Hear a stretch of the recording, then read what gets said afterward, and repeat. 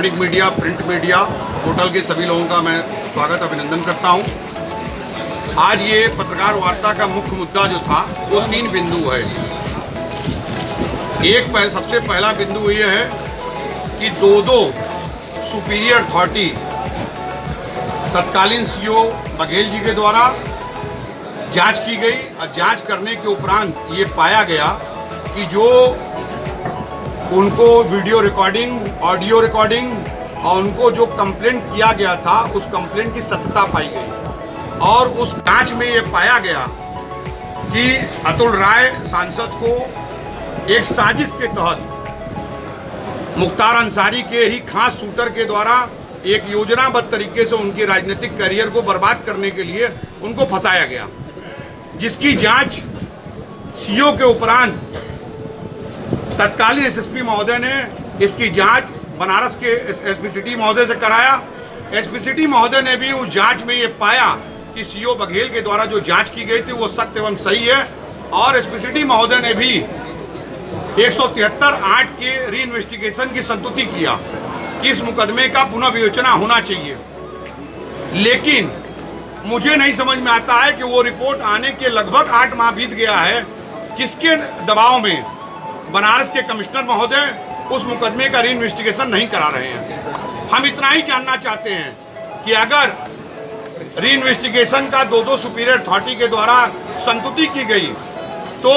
किसके दबाव में उसकी पुनः विवेचना नहीं की जा रही है। आज तक न्यायालय में पुनः विवेचना का प्रार्थना पत्र लंका थाने के द्वारा नहीं दिया गया।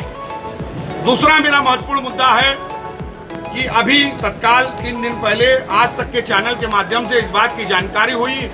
कि उत्तर प्रदेश के खुफिया तंत्र ने इस बात की जानकारी दिया कि घोषित सांसद अतुल राय को मुख्तार अंसारी से जान माल का खतरा है। आज इस प्रेस कॉन्फ्रेंस के माध्यम से अपने क्लाइंट की तरफ से ये मैं मांग करता हूं कि जेल से कचहरी पेशी के दौरान और जेल में रहने के दौरान उनको पर्याप्त सुरक्षा व्यवस्था मुहैया कराई जाए। जैसा कि मुख्तार अंसारी का इतिहास रहा है कि जो भी दुश्मन रहे हैं किस तरीके से उनकी निर्मम हत्या होती रही है। हम इस प्रेस कॉन्फ्रेंस के माध्यम से मांग करते हैं कि जब भी अतुल राय की पेशी हो, पेशी के दौरान उनको पर्याप्त सुरक्षा व्यवस्था मुहैया कराई जाए और जेल में जिस तरीके से उत्तर प्रदेश के खुफिया तंत्र ने सूचना दिया है उसके अनुसार उनको सुरक्षा प्रोवाइड कराई जाए। तीसरा हमारी मांग है कि जो अतुल राय के मुकदमे की पीड़िता है और पीड़िता के जो पुरुष मित्र हैं उनके खिलाफ 4 थाने में मुकदमे दर्ज हैं, जिसमें एक थाना कैंट का मुकदमा है, एक थाना लंका का मुकदमा है और इसके साथ 2 और मुकदमे हैं। उनके खिलाफ आज तक कोर्ट के द्वारा क्यों एनबीडब्ल्यू जारी नहीं कराई गई, क्यों उनकी गिरफ्तारी किसके दबाव में नहीं की जा रही है। जबकि हीनियस ऑफेंसेस में अभी कैंट का एक मामला है, 8 माह हो गया उस मुकदमा को दर्ज कराए। उस मुकदमा में 8 माह पूर्व सीजीएम महोदय के आदेश से उनके खिलाफ गंभीर धाराओं में मुकदमा पंजीकृत हुआ, लेकिन आज तक हमारे क्लाइंट के द्वारा पवन सिंह जो अतुल सिंह के भाई हैं उनके द्वारा ये प्रार्थना पत्र दिया गया, लेकिन लगातार न्यायालय से प्रगति आख्या मंगाई जा रही है और प्रगति आख्या में इतना ही कहा जा रहा है विवेचना चल रही है। मैं ये समझना चाह रहा हूँ कि किसके दबाव में ये पीड़िता और पीड़िता के पुरुष मित्र की गिरफ्तारी नहीं हो रही है, जबकि 4 मामलों में ऐसा ही नहीं है। अभी फेसबुक के माध्यम से ये भी सामने आया है कि आईपीएस अधिकारी को पीपीएस अधिकारी का फोटो लगाकर उनको गंदी गंदी गालियां दी जा रही हैं। मैं ये जानना चाहता हूं बनारस के कमिश्नर महोदय से कि किसके दबाव में इनकी गिरफ्तारी नहीं हो रही है, किसके दबाव में अतुल राय के को क्लीन चिट मिलने के बाद भी आज तक लंका थाना के द्वारा न्यायालय में 173(8) की एप्लीकेशन नहीं दी गई और उसकी विवेचना नहीं कराई जा रही है।